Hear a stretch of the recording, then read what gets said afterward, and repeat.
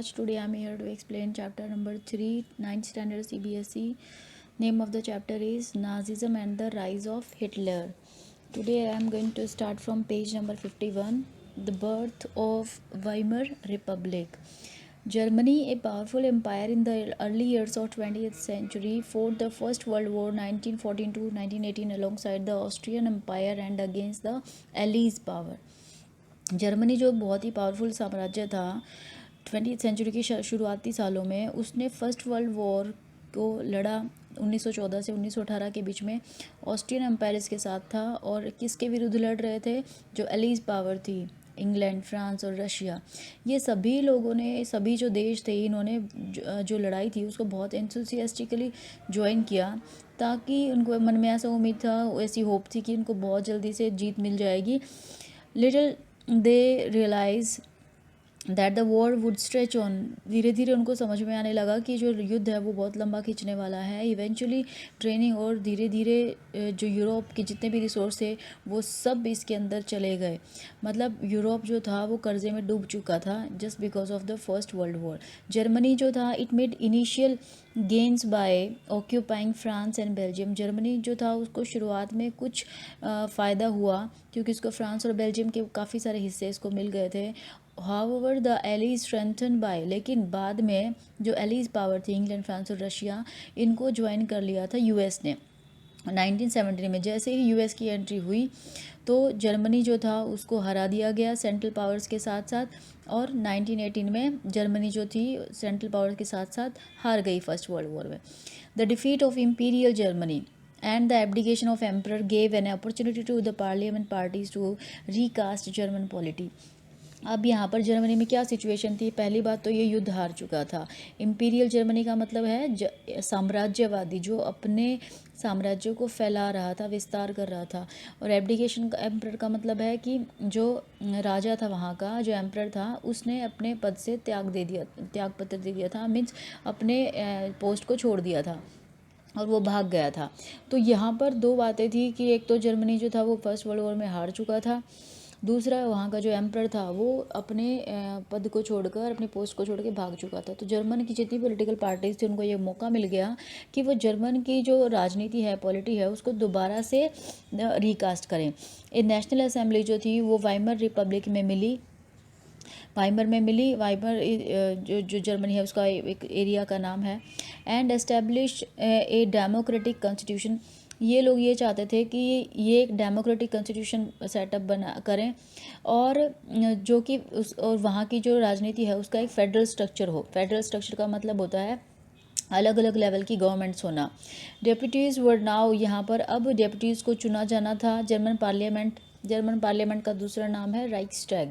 तो on the basis of, और यहाँ पर जर्मन पार्लियामेंट में जैसे हम अपने देश में अपने प्रतिनिधियों को चुनते हैं, ठीक वैसे ही तो equal universal vote cast by adult, जितने भी अडल्ट लोग थे वहाँ के जर्मनी के, इंक्लूडिंग वुमेन, उन सभी को मिलकर अपनी जर्मन पार्लियामेंट के लिए अपने जो डेप्यूटीज थे उनको चुनना था। This republic however was not received, लेकिन ये जो रिपब्लिक का आइडिया था वहाँ के खुद के लोगों ने ही इसको बहुत अच्छे से रिसीव नहीं किया, मीन्स उन्होंने इसको वेलकम नहीं किया, क्योंकि because of the terms it was force to accept after Germany's defeat at the end of first world war. क्योंकि लोगों को ये लगता था कि जो जर्मन राइक्सटैग है, इसके जो प्रतिनिधि हैं, उन्हीं लोगों ने जर्मनी के हारने के बाद जितनी भी शर्तें थोपी गई हैं उन शर्तों को इन्हीं लोगों ने माना है। And the peace treaty at Versailles, ये जो पीस ट्रीटी हुई थी वर्साई में with the allies was a harsh and humiliating peace. ये बहुत ही हार्श और ह्यूमिलेटिंग समझौता था। जर्मनी लॉस्ट, इसका यहाँ पर आपको पूरा बताया गया इस पैराग्राफ में। Describe about the treaty of Versailles. Germany क्या क्या हुआ था इसमें, क्या क्या टर्म्स एंड कंडीशन थी इस ट्रीटी की। जर्मनी जो था इसने अपनी ओवरसीज़ कॉलोनीज़ को छोड़ दिया, एंड इसके लगभग 10% और इसकी पॉपुलेशन था वो इसके हाथ से चला गया। 13% जो टेरिटरीज थी वो इसके हाथों से चले गई। 75% जो इसके आयरन ओर थे, और 26% जो इसका कोल माइंस थी फ्रांस में, पोलैंड और डेनमार्क और लिथुआनिया को ये सारी चीज़ें दे दी गई। Allies powers demilitarise Germany. Allies power जो थी उन्होंने जर्मनी को डीमिलिटराइज कर दिया, मीन्स यहाँ से जितनी भी मिलिट्री फोर्सेस है उनको हटा दिया गया ताकि इसकी शक्ति कमज़ोर हो जाए। The war guilt clause held Germany responsible for the war damages and allied countries suffered. जो भी जर्मनी जो था उसके ऊपर एक वॉर गिल्ट क्लोज लगाया गया, जिसका मतलब था कि युद्ध का दोषी जो है वो सिर्फ जर्मनी है और जर्मनी को रिस्पॉन्सिबल माना गया जो भी एलीज कंट्रीज़ ने सफ़र किया था इस युद्ध के दौरान। जर्मनी वॉज फोर्स टू पे कंपनसेशन। यहाँ पर जर्मनी को फोर्सफुली बोला गया कि उसको कंपनसेशन है कि मुआवजा देना पड़ेगा, हर्जाना भरना पड़ेगा, जो कि कितना होता था 6 billion pound. And allies आर्मीज also occupied. Allies जो पावर्स थी उन्होंने ऑक्यूपाई कर लिया रिच जो राइनलैंड था, इसका जर्मनी का बहुत इंपॉर्टेंट एरिया है। एंड मच ऑफ 1920s, इसका ज़्यादा से ज़्यादा हिस्सा था 1920s तक उनके पास चला गया था। मैनी जर्मन हेल्ड, बहुत सारे जो जर्मन वासी थे वो ये मानते थे कि जो वाइमर रिपब्लिक है वही इन सारी चीज़ों के लिए जो रिस्पॉन्सिबल है। एंड नॉट ओनली, ना सिर्फ हार के लिए लेकिन उसके साथ साथ जो भी डिस्ग्रेस वर्साई में हुई, जो भी अपमान इसको जर्मनी को झेलना पड़ा वर्साई की संधि के दौरान वो सबका जिम्मेदार जो है वो वर्साई है, वो सारा उन सब का जिम्मेदार जो है वो वेइमर रिपब्लिक है, sorry. And the effect of the war, अब ये जो फर्स्ट वर्ल्ड वॉर थी उसके क्या इफ़ेक्ट रहे। War had a devastating impact on the entire continent. जो वॉर थी फर्स्ट वर्ल्ड वॉर, इसका बहुत ही विनाशक प्रभाव रहा था पूरे फ्रांस के, पूरे जर्मनी के, पूरे यूरोप के ऊपर भी। एंड बोथ, दोनों ही तौर पर, साइकोलॉजिकली भी और फाइनेंशियली भी, दोनों ही तौर से बहुत ज़्यादा बुरा असर रहा था। From A continent of creditors, एक क्रेडिटर्स का कॉन्टिनेंट के पहले हुआ करता था, अब ये कर्जे में डूब चुका था, अब ये टर्न हो चुका था डेब्टर्स में। अनफॉर्चुनेटली, दुर्भाग्य की बात ये थी, ये जो इन्फेंट वाइमर रिपब्लिक बना था जिसको लोगों ने चुन के जो सरकार बनाई थी जर्मनी में, ये इसको being made to pay the sins of old empire, इसने तो कुछ नहीं किया, ये तो अभी भी इनका चुनाव किया गया था, इन लोगों का चुनाव किया गया था, जो जर्मन राइक्सटैग जो इसका अभी भी चुनाव किया गया था, इसको वो नुकसान भरने पड़ रहे थे जो ओल्ड एम्पायर ने किए थे, मतलब ओल्ड एम्पायर के जो पाप थे वो इसको धोने पड़ रहे थे। And the Republic carried the burden of war guilt and national humiliation was financially crippled by being forced to pay compensation। ये जो रिपब्लिक था इसके ऊपर एक तो वॉर गिल्ट का बोझ इसको ढोना पड़ रहा था, नेशनल ह्यूमिलेशन, पूरा देश जो था वो इसको ह्यूमिलेट कर रहा था, और दूसरे की फाइनेंशियली क्रिपल्ड, की फाइनेंशियल तौर पर भी अपंग हो चुका था, इसके पास इतना पैसा नहीं था, ज़बरदस्ती इसको वॉर कंपनसेशन भरना पड़ रहा था। Those who supported Weimar Republic mainly, अब कौन कौन लोग जो थे जो वाइमर रिपब्लिक को सपोर्ट करते थे, सोशलिस्ट हो गए, कैथोलिक्स हो गए, डेमोक्रेट्स हो गए ये सारे जो लोग थे they became easy target of attack in the conservative nationalist circles. इन सारे, ये जो सारे लोग थे, सोशलिस्ट, कैथोलिक्स, डेमोक्रेट्स, जो भी वाइमर रिपब्लिक को सपोर्ट करते थे, ये इजी टारगेट हो गए कंजर्वेटिव लोगों का। कंजर्वेटिव कौन होते हैं? पुरानी रूढ़िवादी जो सोच के लोग होते हैं, जो पुरानी परंपरा को चलाने वाले लोग होते हैं वो। अब ये पुरानी परंपराओं वाले लोग तो क्या चाहेंगे कि एक राजा ही हो जो रूल करे, उसके हिसाब से सब कुछ चले। और नई सोच वाले कौन होंगे? डेमोक्रेट्स, जो ये चाहेंगे कि राजतंत्र आए, लोकतंत्र आए, कि लोग जो है अपने हिसाब से सरकार चुने। तो इस तरीके से यहाँ पर दो तरीके के लोग हो गए थे। दे वर मॉकिंगली कॉल्ड नवंबर क्रिमिनल। इन लोगों को, जो भी कैथोलिक सोशलिस्ट रिपब्लिक लोग थे, इनको नवंबर क्रिमिनल कहा जाने लगा। The mindset had a major impact. ये जो माइंडसेट था इसका बहुत बड़ा इम्पैक्ट पड़ा जो भी पॉलिटिकल डेवलपमेंट होने जा रही थी 1930 के बाद। अब वो देखेंगे कैसे। The first world war had left a deep imprint on European society. First world war जो था उसका बहुत गहरा निशान पड़ा था, बहुत गहरा प्रभाव पड़ा था यूरोपियन सोसाइटी पर और यूरोप की पॉलिटिक्स पर भी। सोल्जर्स जो थे उनको अब सिविलियंस से ऊपर माना जाने लगा। पॉलिटिशियंस और पब्लिस्ट जो थे उन्होंने बहुत ज़्यादा स्ट्रेस दिया कि जो मैन है, कि जो आदमी है, उनको एग्रेसिव होना चाहिए, स्ट्रॉन्ग होना चाहिए, मैस्कुलाइन होना चाहिए।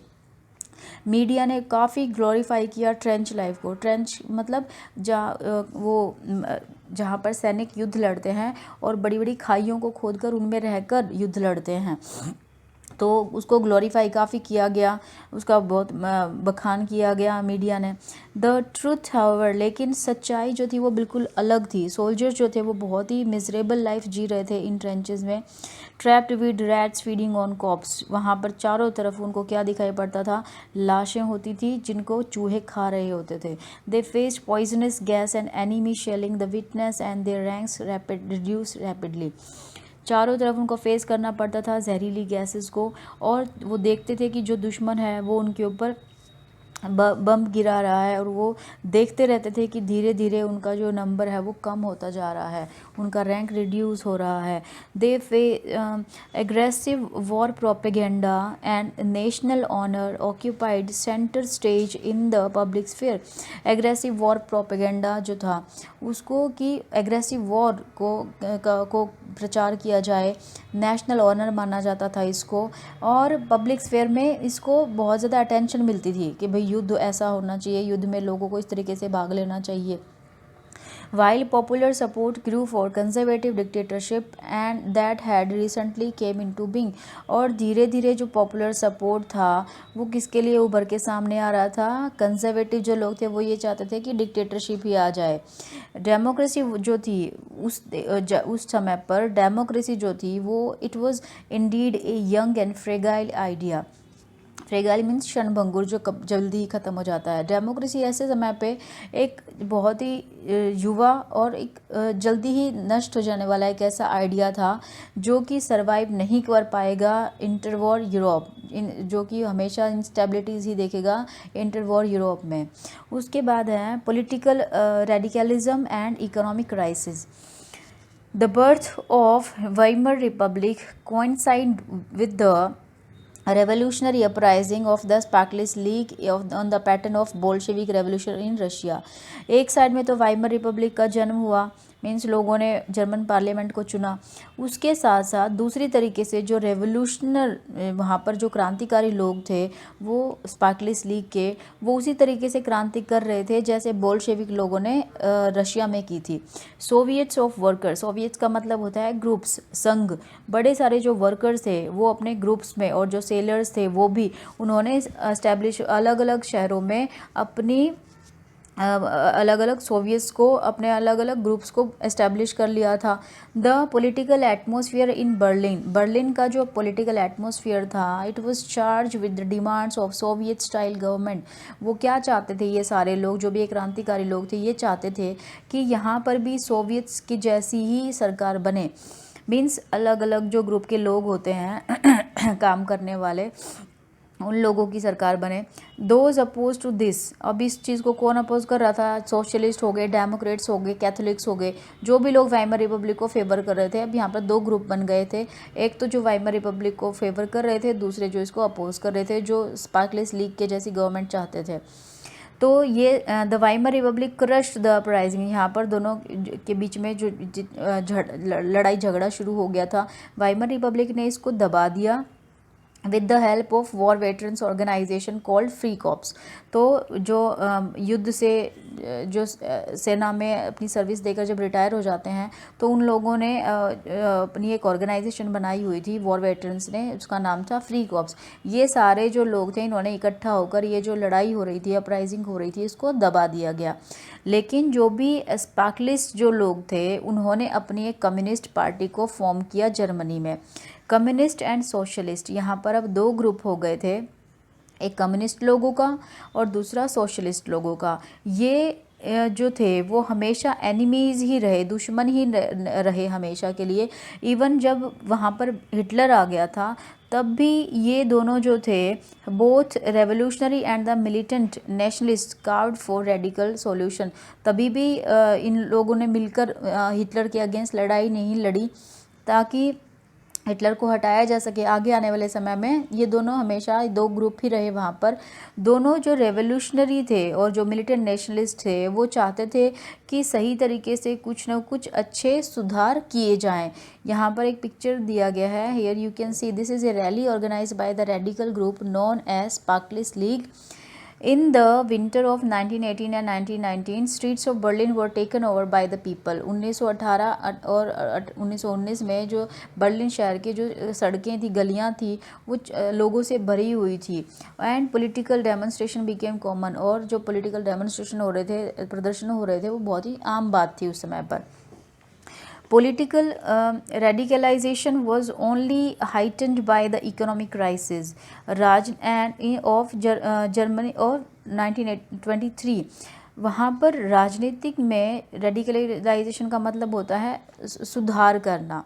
तो यहाँ पर राजनीति में जो भी सुधार हो रहे थे उसकी सबसे इम्पॉर्टेंट चीज़ ये थी कि इकोनॉमिक क्राइसिस से जर्मनी को निकालना, क्योंकि युद्ध ख़त्म होने के बाद, फर्स्ट वर्ल्ड वॉर ख़त्म होने के बाद चारों तरफ क्या हो गया था, इकोनॉमिक क्राइसिस फैल गया था। तो जर्मनी जो था उसने ये जो युद्ध था वो लोन लेकर लड़ा था, एंड उसको अब जो रिप्रेशन था, मीन्स हर्जाना जो भरना था उसको, अब क्योंकि उसके ऊपर वॉर गिल्ट क्लॉज लगाया गया था ट्रीटी ऑफ वर्साई में, तो उसके साथ उसको बहुत सारी चीज़ें देनी थी। तो ये सारा जो रिप्रेशन था उसको गोल्ड में देना था, मतलब गोल्ड मुआवजे के तौर पर उसको गोल्ड देना था, जिसकी वजह से जो उसके गोल्ड रिजर्व थे वो डिप्लीट हो रहे थे, ख़त्म हो रहे थे, एंड पहले से ही जो कम थे। और 1923 में जर्मनी जो था उसने क्या किया, ये पैसा देने से मना कर दिया, and French occupied its leading industrial area Ruhr to claim their coal. इसके बदले में क्या हुआ, जब जर्मनी ने ना बोल दिया पैसा देने के लिए, तो फ्रांस जो था उसने इसका एक इम्पॉर्टेंट एरिया था रूर इंडस्ट्रियल एरिया, उसके ऊपर कब्जा कर लिया, और जो वहाँ पर जो इसका कोयले के भंडार थे उनको क्लेम किया। जर्मनी जो था उसने रिटेलिएटेड का मतलब है बदला लेना। जर्मनी ने इस बात का पैसिव रेजिस्टेंस दिखाया, मतलब बदला लेने के लिए एक पैसिव रेजिस्टेंस का मतलब होता है कि कुछ भी ना करके एक रेजिस्टेंस दिखाना। एंड प्रिंटेड पेपर, जर्मनी ने क्या किया, पेपर करेंसी को बिना सोचे समझे अंधाधुंध तरीके से उसने पेपर करेंसी को छापना शुरू किया। With much printed money in circulation, जब इतना ज़्यादा पैसा सर्कुलेशन में आ जाएगा तो जर्मनी का जो पैसा है, मीन्स वहाँ का जो मार्क है, उसकी वैल्यू गिर गई। अप्रैल में जो यूएस डॉलर था, in April the US dollar was equal to 24,000 marks। Germany US dollar $1 का के बराबर 24,000 मार्क्स हो गए, और जुलाई तक आते आते 3,53,000 मार्क्स जो थे वो $1 के बराबर हो गए, और अगस्त तक आते आते ये और भी ज़्यादा बढ़ गए। मीन्स 4 शायद यहाँ पर दिया गया है कि उससे भी ज़्यादा इसकी जो वैल्यू थी वो गिर रही थी, एंड दिसंबर तक आते आते ये और भी ज़्यादा हो गई। फिर the figure had run into trillions, ये जो फिगर था मिलियन से होता हुआ ट्रिलियंस तक पहुंच गया। As the value of mark collapse, जैसे जैसे मार्क की जो वैल्यू थी, जैसे हम लोगों का करेंसी रुपीज़ है तो वहाँ का करेंसी जो है वो मार्क, तो एज द वैल्यू, जैसे जैसे मार्क की वैल्यू गिरी, चीज़ों के जो दाम थे वो भी और भी ज़्यादा बढ़ गए। The image of German carrying cart loads of currency notes to buy a loaf of bread was widely publicised evoking world wide sympathy. यहाँ पर इमेज दिखाई गई है जर्मन लोगों की कि वो गाड़ियों के अंदर पैसा भर के ले जा रहे हैं सिर्फ ब्रेड का एक टुकड़ा खरीदने के लिए। पूरी दुनिया में ऐसी पिक्चर को सर्कुलेट किया गया ताकि पूरी दुनिया जो है उनको सिंपैथी दिखा सके। This crisis came to be known as hyper inflation. ये जो स्थिति यहाँ पर आई, ये जो क्राइसिस यहाँ पर आया, इसको नाम दिया गया है हाइपर इन्फ्लेशन, यानी कि अति मुद्रास्फीति। एक सिचुएशन जब चीज़ों के जो दाम होते हैं वो बहुत ज़्यादा हाई हो जाते हैं। Eventually the Americans intervened and bailed Germany out of the crisis by introducing the Dawes Plan। बाद में अमेरिका जो था उसने इसके बीच में इंटरवीन किया और जर्मनी को इस क्राइसिस से निकालने की कोशिश की, और यहाँ पर एक इंट्रोड्यूस किया उसने डाउस plan, which revoked the terms of repression to ease the financial burden of Germany। ये जो डॉज प्लान इन्होंने दिखाया ये क्या था कि जो भी टर्म्स और कंडीशंस थी ट्रीटी ऑफ वर्साई की, उनको ईजी करना था ताकि जर्मनी के ऊपर जो फाइनेंशियल बर्डन है वो थोड़ा कम हो जाए। उसके बाद है year of depression. The year between 1924 to 1928 saw some stability. उसके बाद का जो समय आया 1924 से 1928 के बीच में, इसमें कुछ स्टेबिलिटी दिखाई दी, लेकिन ये जो it was built on sand, लेकिन ये जो स्टेबिलिटी थी ये रेत के ढेर के ऊपर खड़ी थी, क्योंकि यहाँ पर जो भी सहारा दिया गया था वो यूएस ने दिया था इनको। German investment and industrial recovery were totally short term loan. Germany के अंदर जो भी इन्वेस्टमेंट था, जो भी इंडस्ट्रियल रिकवरी थी, वो पूरा डिपेंड था अभी तक शॉर्ट टर्म लोन, जो उसने किससे लिया था, यूएसए से लिया था। This support was withdrawal. ये जो सपोर्ट था यूएसए का, इसको भी हटा लिया गया जब यूएस में खुद वहाँ का वॉल स्ट्रीट एक्सचेंज, जो वहाँ का शेयर मार्केट है, वो क्रैश हो गया इन 1929। अब 1929 में जब अमेरिका खुद ही डिप्रेशन से गुजर रहा था, इकोनॉमिक डिप्रेशन से गुजर रहा था, वो कैसे हेल्प कर सकता था? Fearing a fall of prices people made frantic effort to sell their shares. लोगों को डर था कि दाम बहुत ज़्यादा गिर चुके हैं, तो लोगों ने जल्दी से कोशिश की कि उन्होंने जितने भी शेयर खरीदे हैं उनको बेच दिया जाए। एक सिंगल डे 24 अक्टूबर को 13 मिलियन शेयर्स बेचे गए। This was the start of, ये शुरुआत थी ग्रेट इकोनॉमिक डिप्रेशन की, जो पूरी दुनिया को झेलना था। ओवर द नेक्स्ट 3 ईयर्स, आगे आने वाले जो 3 साल थे 1929 से 1932 तक, नेशनल इनकम जो थी यूएसए की वो आधी रह गई थी। फैक्ट्रीज बंद हो रही थी, एक्सपोर्ट बंद हो चुके थे। फार्मर जो थे वो सबसे ज़्यादा बुरी तरीके से इस जो मार थी उसको झेल रहे थे। And speculators withdraw their money, और जिन्होंने भी पैसा लगा रखा, जो भी दलाल होते हैं जिन्होंने पैसा लगा रखा था मार्केट में, वो अपने पैसों को निकालने की कोशिश कर रहे थे। The effect of this recession in the US economy were felt world wide. ये जो यूएस में रिसेशन आ रहा था, इसको पूरी दुनिया ने देखा और पूरी दुनिया ने झेला इसको, क्योंकि यूएस जो है वो अब सबसे बड़ी इकोनॉमी है। The German economy was the worst hit by the economic crisis. सबसे ज़्यादा जो इकोनॉमिक क्राइसिस की मार झेली वो था जर्मनी। 1932 तक आते आते द इंडस्ट्रियल प्रोडक्शन जो था वो आधा रह गया, जो 40% रह गया 1929 तक। एंड वर्कर्स लॉस्ट, जो वर्कर्स थे उन्होंने अपनी जॉब को खो दिया। एंड या फिर जॉब नहीं थी, या फिर देवर वर पेड रिड्यूस वेजेस, या फिर उनको जो वेतन भत्ता मिल रहा था वो बहुत ही कम मिल रहा था, जिनको भी थोड़ा बहुत काम मिलता था। जो भी अनएम्प्लॉयड लोग थे, टच द अनप्रेसिडेंट 6 मिलियन, मतलब जो अनएम्प्लॉयड लोग थे वो उनकी मात्रा 6 मिलियन तक, 60 लाख लोग जो थे वो बेरोज़गार हो चुके थे। On the street of Germany you could see man with placards around their necks saying willing to do any work. यहाँ पर साइड में एक पिक्चर दी गई है, यू कैन सी हियर, आप देख सकते हो। Sleeping on the line during the great depression the unemployed could not hope for either ways और शेल्टर, कि जो युवा लोग थे वो शहरों की सड़कों पर अपने गले में तख्तियाँ टांग कर घूमते थे काम की तलाश में, और उनकी तख्तियों पर लिखा होता था कि willing to do any work, मैं कोई भी काम करने के लिए तैयार हूँ। अनएम्प्लॉयड जो लोग थे वो ताश खेलते थे गलियों के कोनों में बैठकर, और डेस्परेटली क्विट, और डेस्परेटली वो जो लोकल जो एम्प्लॉयमेंट एक्सचेंज होता है, जहाँ पर जो बेरोज़गार लोग होते हैं वो अपना नाम दर्ज कराते हैं, वहाँ पर बड़ी बड़ी लंबी लाइनों में लगे रहते थे।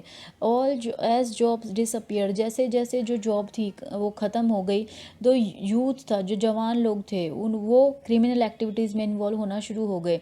चारों तरफ निराशा थी, commonplace, total despair became commonplace, हर जगह पर सिर्फ निराशा का माहौल था। The economic crisis created deep anxieties and fear in the people. ये जो इकोनॉमिक क्राइसिस आया, इसकी वजह से लोगों के मन में बहुत ज़्यादा बेचैनी और बहुत ज़्यादा डर भर चुका था। मिडिल क्लास स्पेशली, जो मिडिल क्लास थे, middle class specially salaried employees and pensioners saw their saving diminish when the currency lost its value। जो मिडिल क्लास लोग थे, स्पेशली जो सैलरी वाले लोग होते हैं या फिर जो पेंशन लेने वाले लोग होते हैं, उन्होंने ये देखा कि उनकी जो सेविंग है वो लगातार ख़त्म हो रही हैं। जब करेंसी अपनी वैल्यू ही खो देगी तो हमारा जो बैंक में रखा हुआ पैसा है उसकी भी कोई वैल्यू नहीं रहेगी। Small businessman self-employed and retailers suffered as their business got रूंड। जो छोटे मोटे बिजनेसमैन थे, सेल्फ एम्प्लॉयड जो लोग थे, जो रिटेलर्स थे, उन्होंने और भी सबसे ज़्यादा सफ़र किया, क्योंकि एंड बिजनेस गॉट रूइंड। और ये जो सेल्फ एम्प्लॉयड लोग थे, रिटेलर्स थे, इन्होंने और भी ज़्यादा सफ़र किया, क्योंकि इनका जो बिज़नेस था वो पूरा ख़त्म हो चुका था। These sections of society were filled with the fear of polarisation.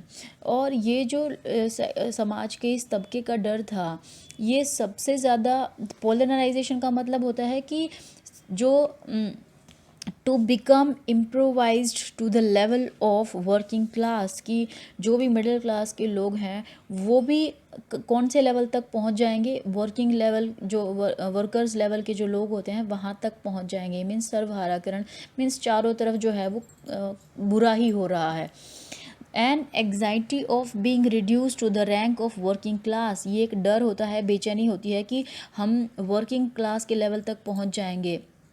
और वो स्टिल द अनएम्प्लॉयड, और यहाँ तक कि ऐसा भी हो सकता है कि अनएम्प्लॉयड ही हो जाएं। ओनली ऑर्गेनाइज्ड वर्कर, सिर्फ जो ऑर्गेनाइज्ड वर्कर थे, they could manage to keep their head above water, सिर्फ जो ऑर्गेनाइज्ड वर्कर थे वो ही अपने आप को इस बुरे समय में थोड़ा बचा सकते थे। But unemployment weakened their bargaining power, लेकिन जो अनएम्प्लॉयमेंट था उसने इनकी जो बार्गेनिंग पावर थी उसको खो दिया। बड़े बड़े जो बिजनेसमैन थे, जो बड़े बिजनेस थे, वो क्राइसिस में थे। लार्ज मास ऑफ पीजेंट्री, बड़ी मात्रा में जो किसान थे वो सबसे ज़्यादा इफेक्ट हुए थे, क्योंकि एग्रीकल्चर प्राइसेस जो थे वो लगातार गिर रहे थे। Women were unable to fill their children stomach, औरतें जो थी वो अपने बच्चों का पेट नहीं भर पा रही थी और बहुत ज़्यादा निराश थी, बहुत ज़्यादा दुखी थी। Politically too Weimar republic was fragile, अब जो वाइमर रिपब्लिक बना हुआ था वो भी पॉलिटिकल तौर पर भी, राजनीतिक तौर पर भी वो बहुत ही नाजुक दौर से गुजर रहा था। And Weimar constitution had some inherent defects, जो वाइमर कॉन्स्टिट्यूशन था उसके अंदर कुछ इनहेरेंट का मतलब है कि जन्मजात, शुरू से ही उसके अंदर बहुत सारी कमियां थी। ये बहुत ही and vulnerable to dictatorship, unstable था, जिसकी वजह से, इन कमियों की वजह से ये अनस्टेबल था। वल्नरेबल टू डिक्टेटरशिप मीन्स सबसे ज़्यादा आसानी से डिक्टेटरशिप की तरफ जा सकता था। वन और वाज प्रोपोर्शनल रिप्रेजेंटेशन, सबसे पहली कमी क्या थी, यहाँ पर आपका क्वेश्चन भी है कि what were the inherent defects of constitution of Weimar Republic. सबसे पहला तो ये था कि proportional representation, this made achieving A majority by one any one party A near impossible task. इसका मतलब ये है कि कुछ ना कुछ सभी जो पॉलिटिकल पार्टीज थी उनको एक इस तरीके से प्रोपोर्शन चाहिए था जिसकी वजह से कोई भी एक सिंगल पार्टी जो है वो मेजॉरिटी हासिल नहीं कर सकती थी, leading to the rule by coalitions. अब अगर कोई भी एक पार्टी को लीडिंग वोट्स या मेजॉरिटी वोट्स नहीं मिलेंगे तो फिर क्या होगा, कोलिशन गवर्नमेंट बनेगी। तो यहाँ पर वही होता था, कोलिशंस की सरकार बन रही थी। दूसरा जो कमी थी वो थी आर्टिकल 48, जिसकी वजह से जो प्रेसिडेंट था उसके पास पावर थी, वो कभी भी इमरजेंसी इम्पोज कर सकता था, सिविल राइट्स को सस्पेंड कर सकता था और अपनी मर्जी से रूल कर सकता था, rule by decree with in its short life. Weimar Republic जो था वो बहुत थोड़े समय के लिए था। वाइमर रिपब्लिक जो था उसने देखा 120 different cabinets lasting on an average 239 days, लगभग 229 दिन के समय में उसने देखा कि 20 अलग अलग कैबिनेट की सरकारें वहाँ पर बनी। And liberal use of article 48, और यहाँ पर सबसे ज़्यादा मात्रा में इस्तेमाल हुआ था आर्टिकल 48 का, जिसमें प्रेसिडेंट के पास बहुत सारी पावर्स होती हैं। Yet the crisis could not be manage, लेकिन ये वाइमर रिपब्लिक जो बना, मीन्स जो इनकी नई रिपब्लिक सरकार बनी, उन्होंने कोई भी ऐसा तरीका नहीं अपनाया जिसकी वजह से जो लोग थे वो इकोनॉमिक क्राइसिस से बाहर निकल पाते। लोगों ने अपना कॉन्फिडेंस इस डेमोक्रेटिक पार्लियामेंट्री सिस्टम से खो दिया, which seemed to offer no solution. जो ऐसी पार्लियामेंट्री सरकार, जो ऐसी डेमोक्रेटिक सरकार जो लोगों को उनकी तकलीफ़ों से निकाल ही नहीं रही है, तो लोगों का उनके अंदर कोई भी विश्वास जो था वो अब बच नहीं गया था।